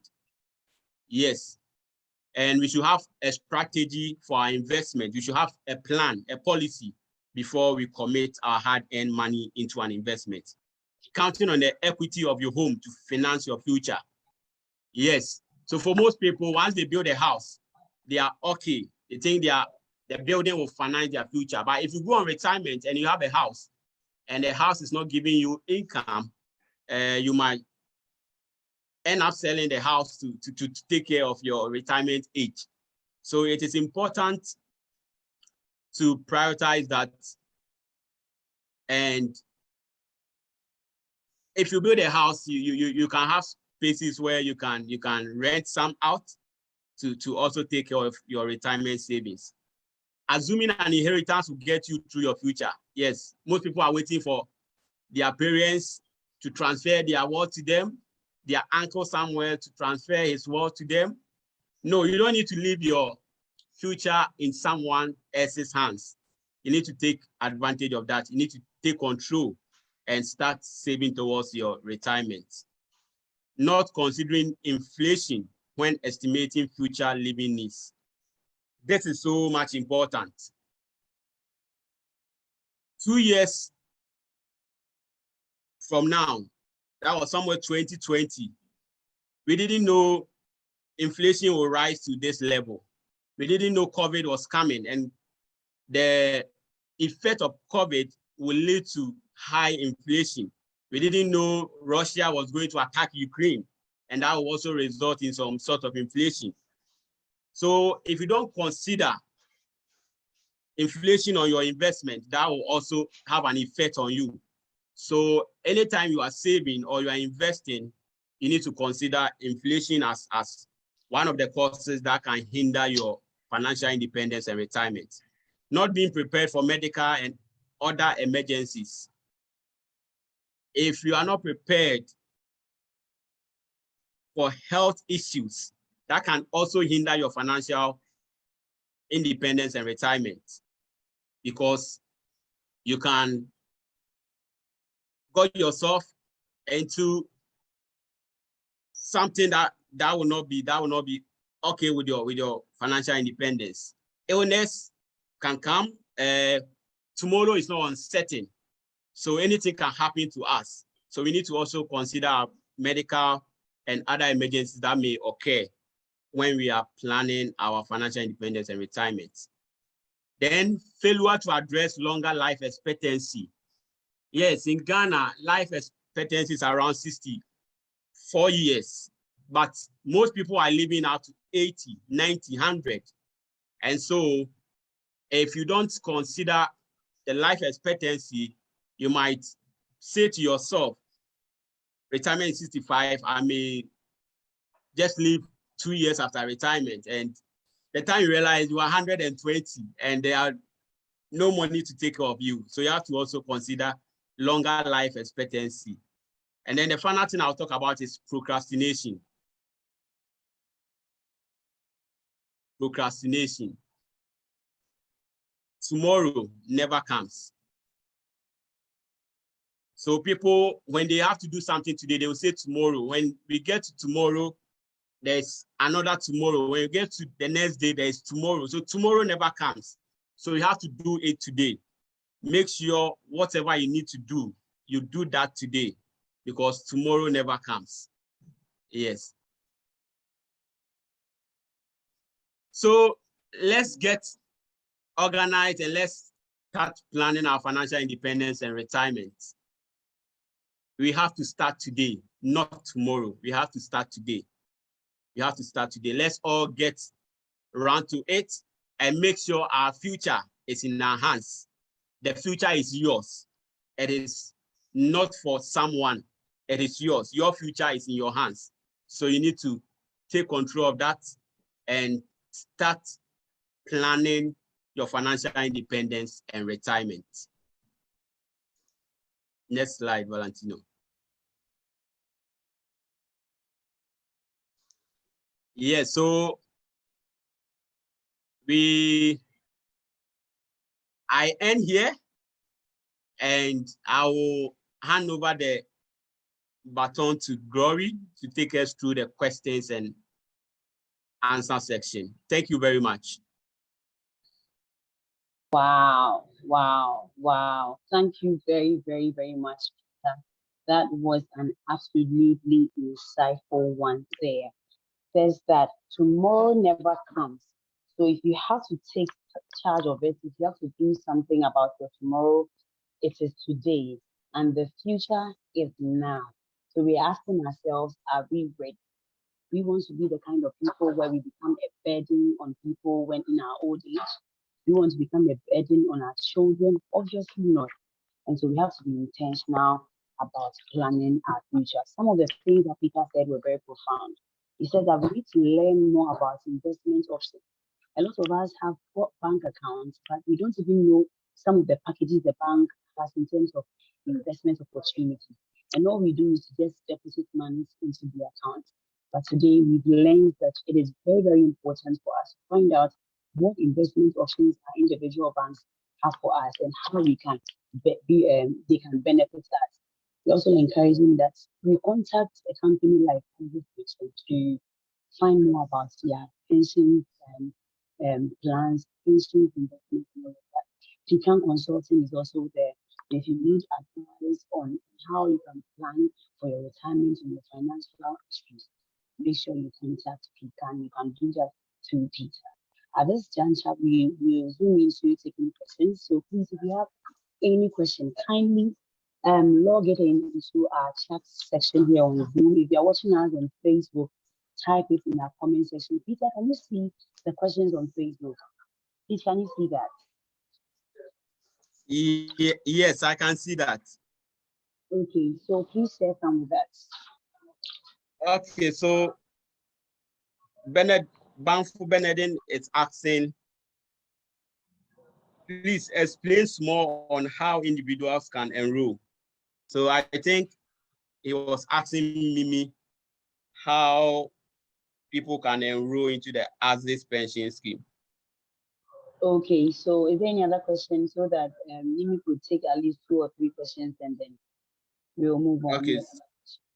David Garvey is asking, my question is, what if I start with 200 Ghana cedis a month and my business, which I rely on, no longer give me the amount to save?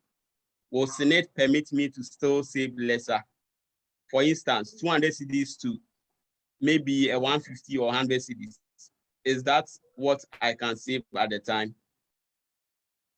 Okay, thank you so much, Peter. So we'll just go ahead and let Mimi answer these 2 questions so that we proceed. So Mimi, please, if you are there, kindly answer, give us or provide us answers to these 2 questions. One person is asking if we can start this pensions with an amount of 200 Ghana cedis or even 150. So if you are there, Mimi, please take over. Okay, thank you, Gloria and Peter for the questions.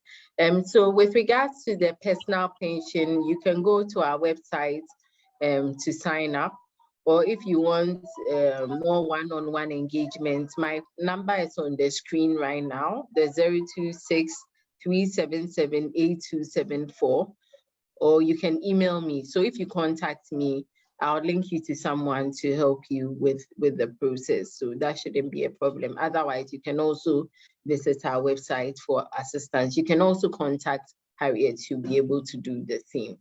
And with regards to the question on SNET, remember that SNET contributions is based on your basic salary and not just a fixed figure. The fixed figure I showed was a simulation for the personal pension. Even that, you can reduce it, you can increase it.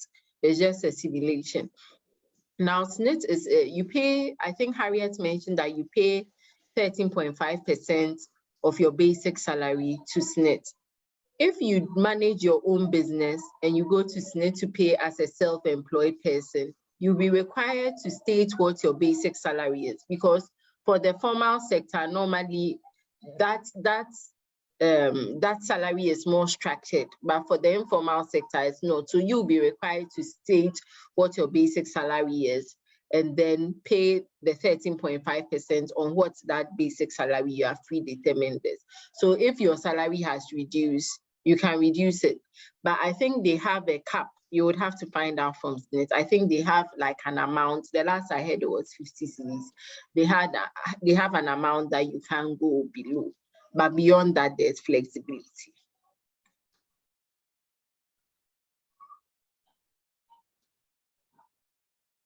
Hello, Glory. I'm done. Okay, Peter, I think Glory is off, so. Okay, great. Great. Beyond that, flexibility. Okay, Peter, are there further questions you would want to reach for resource persons to answer? Harriet is available and yourself. So are there any more questions on Facebook so that we can read the questions? And then Mimi and Harriet will okay. settle for. Okay, so there's one more question here. David Garvey wants to know if he enroll on the Axis pension scheme, does he benefit until age 60?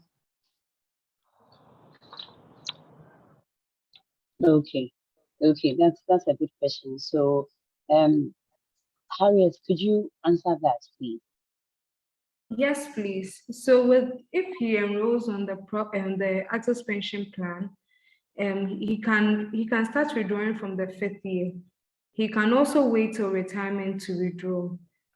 The flexibility is there, and it's basically what he wants to achieve. So then the flexibility is there to withdraw either before retirement or at retirement.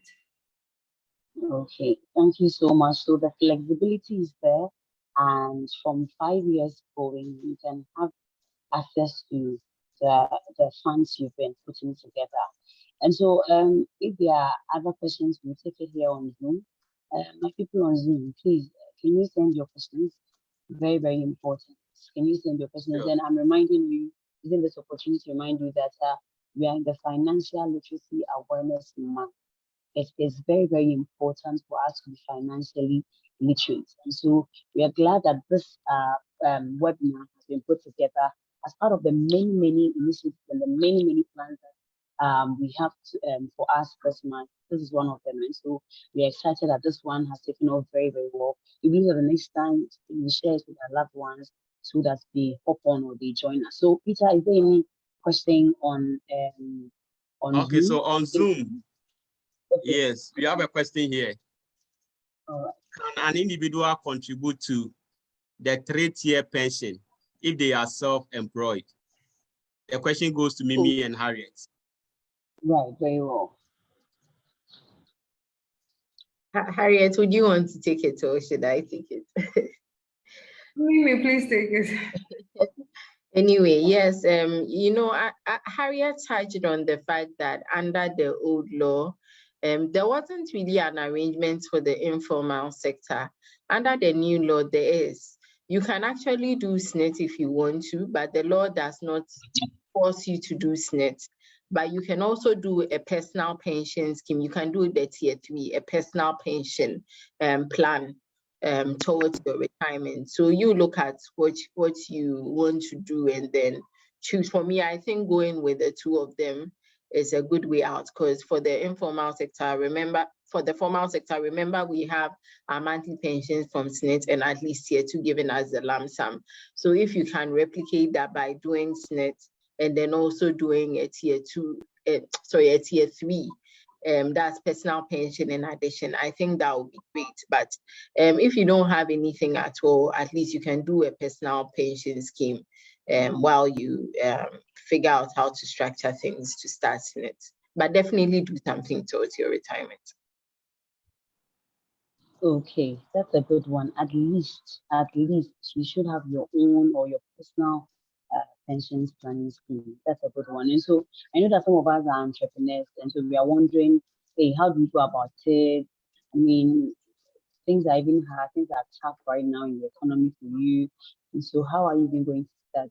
From here, you can contact our resource person. Mimi dropped her number. I think yeah, this number is for Mimi. Mimi, it's a 0263, right? Yes, yes. The numbers on the screen. So Harriet's is on and mine is on, or you visit the website. But if you prefer to deal with individuals, we are here to assist you. Okay, fantastic. So whilst we wait for the other questions to drop in, we would let Peter a special gift of personal financial knowledge. And Peter, are you ready for that? Come again. Special gifts of personal finance knowledge. Sure. Yes, I'm ready for that. But I have 2 more questions here. I don't know if I should ask the questions first. Okay, so please ask so that when we finish with it, Okay. You'll come in. So the question is, how does contributing to the 3-tier save taxes? And the second question is, how does contributing to the 3-tier save taxes? Okay, how does contributing to the 3-tier save taxes? And the second one is, how do I enroll my employees under the tier 2 and tier 3 schemes? Okay, I think that Harriet should take the first question if I'm right. I think that Harriet should answer. Yes, please. All right, Madam Harriet. Okay, so I believe what he's talking about is the Provident Fund scheme, the fact that we said that I mentioned that the law allows you some tax exemptions up to 16.5% tax exemptions. And with that, if it's an employer contributing, the employer contributes the amount before he calculates the corporate tax. And from the employee level, the contribution is also deducted before income tax is paid. So you end up paying less taxes, and that's about the tax exemptions. For the employer that wants to know how to enroll on the Tier 2 or Tier 3 scheme, there are enrollment forms available. Once they get in touch, we will share it with them, and then they can go ahead and enroll with us. Great. All right. Thank you so much. And so, and a follow-up question to that. What are the benefits of the Tier 3 pension scheme? What are the benefits of the Tier 3 pension scheme? Tier 3 pension scheme. Okay. Madam, you can take that. Okay. So the Tier 3 pension scheme is an avenue, a safe space, a safe avenue created for you to save towards your retirement benefits. Tier 1 and Tier 2 offers, because it's compulsory, offers some retirement income. So at least you are assured of Tier 1 and Tier 2. The Tier 3, which is your choice, is a safe avenue created by the law for you to save towards the long term, to accrue money in a safe space, not in a place where you can lose your money to just any investments, where you can lose your money due to fraudsters in the system and all that. So if you want a safe space to invest your money, the 3-tier pension scheme, specifically the Provident Fund scheme and the personal pension scheme, are available for you to save. All right, fantastic. Peter, can we have a second question so that Mimi can help us with that? Sure. So the next question is saying, are the pension fund payments taxable when I retire? Okay, I think that Harriet would have to take that as well. It's still on target. So Harriet, please assist us with that. No, please. When you go on retirement, you do not pay taxes. Okay. Right. Let me just add to that the only time you pay taxes when you are withdrawing, and that's only allowable under the Tier 3, is if you should withdraw before 10 years and you haven't retired. That's when it attracts taxes of a flat tax rate of 15%. Otherwise, if you've retired, even if you just done for one day, you won't pay taxes.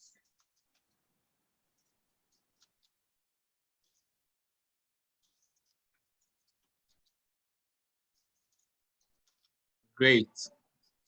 Great. So I think now I can present my gift. So Valentino, let me present my gift to my audience. So we have a special gift for all of you. You know, April is Financial Literacy Month, and during this month, we create awareness on financial literacy. We provide educational content to help you better manage your personal finance.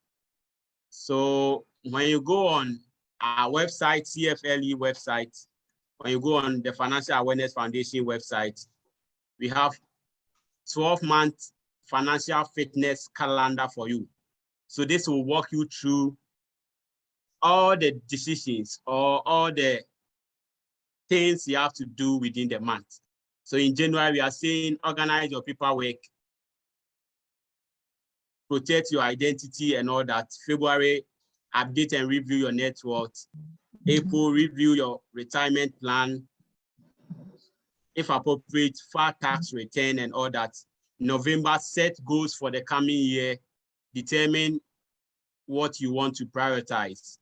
So this walk you through a lot of actionable steps you can do concerning your finances. So you can get access to them on our website. We have the TFAF personal finance publication set. So these are 3 in set. We have your personal financial partner overview. that talks about the essential principles to smart money management. We have your personal financial partner guidebook that talks about the personal financial skill set.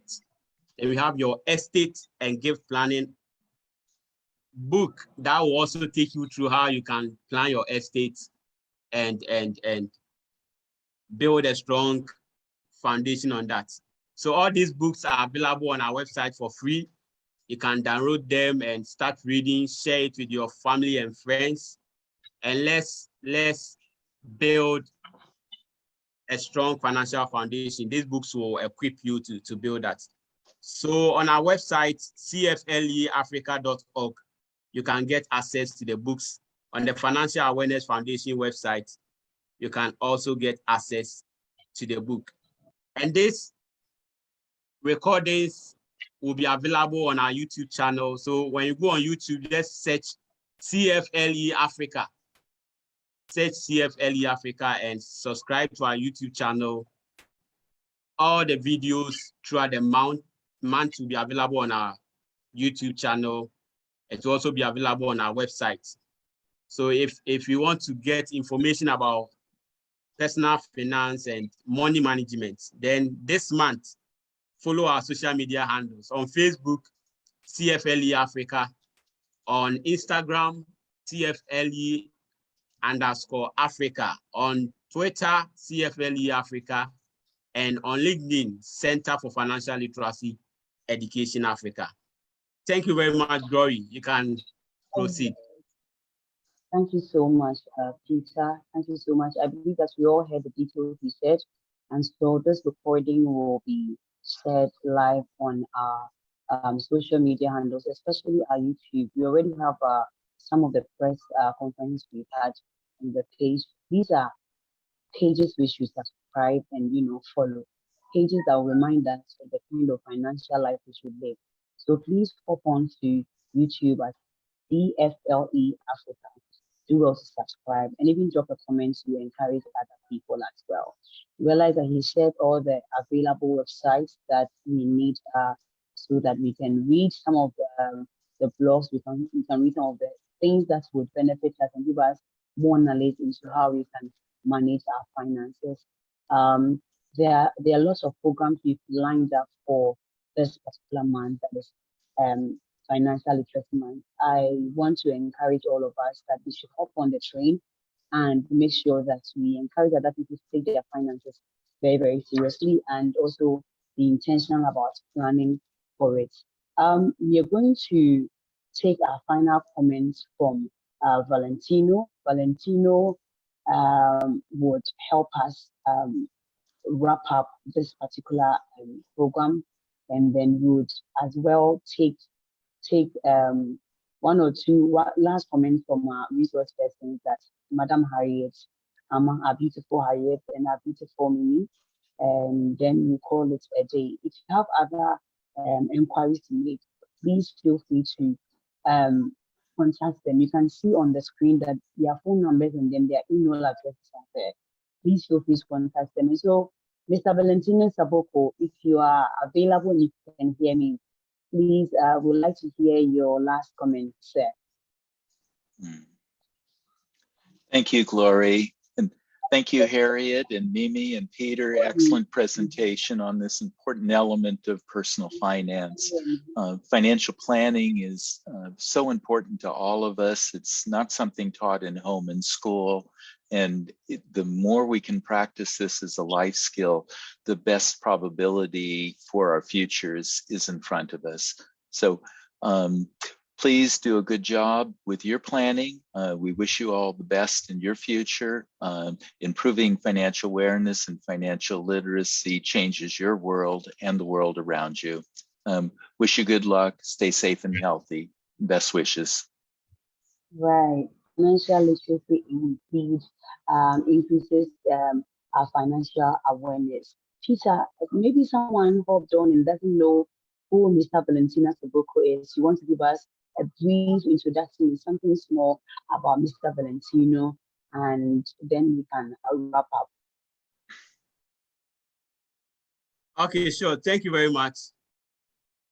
Mr. Saboko Valentino Saboko Aluko is the Executive Director of the Financial Awareness Foundation in the USA.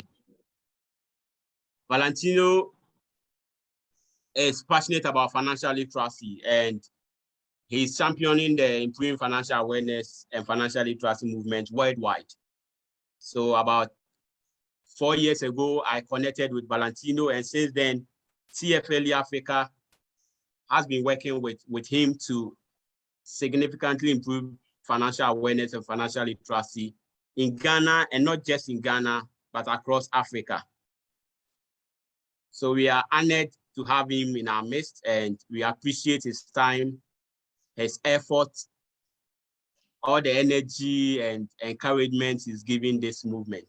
We really appreciate his time and effort. Thank you very much, sir. Thank you.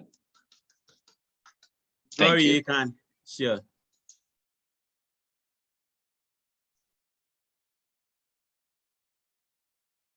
So I think Glory, we have lost Glory. So final words from Mimi and Harriet. So Mimi, if you're ready, you can unmute and give us your final words. Then we take that of Harriet. It's been such an insightful session. I think a lot of advice has been shared, but the most important thing is for us to be able to apply that advice to our lives and be able to, at the end of the day, have a good retirement. So I want all of us to take time to decide what our retirement goals are, our current financial situation. By using the calculator, you are able to determine that. And once you have done that, you're able to determine the course of action. Please, please, please, please do something. Even if the calculator or whatever analysis you do says that you should do something that you are not able to do at the moment, do something, and don't leave it there. Keep on monitoring your plan just to make sure that it's on track, so that in the next 30, 20, 15, 25 years, your future self will be grateful to you for all the sacrifices and all the efforts you put into making him or her, enjoy or comfortable their retirement years. Thank you. Thank you.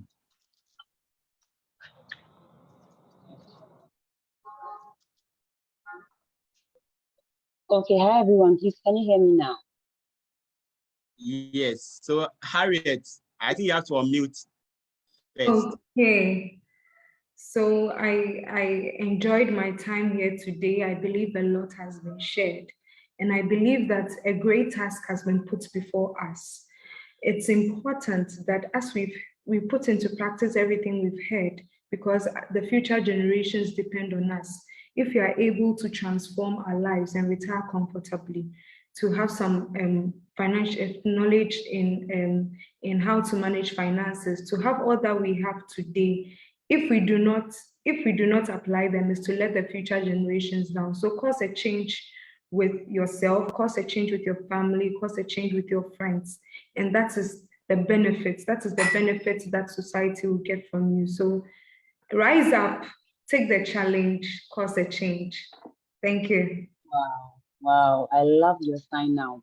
Rise up, take the challenge, and cause a change. God bless you, everyone, for making time.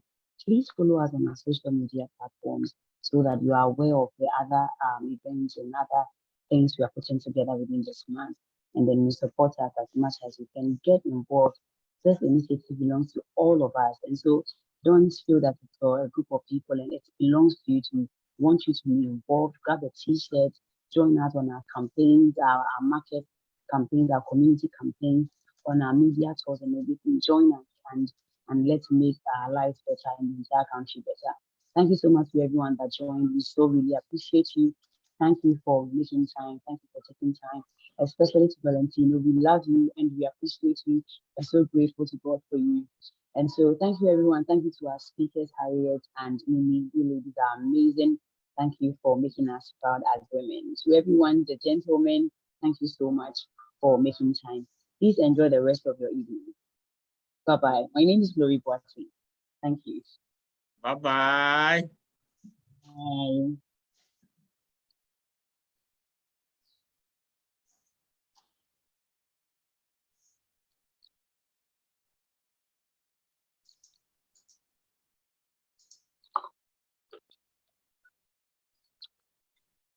Bye.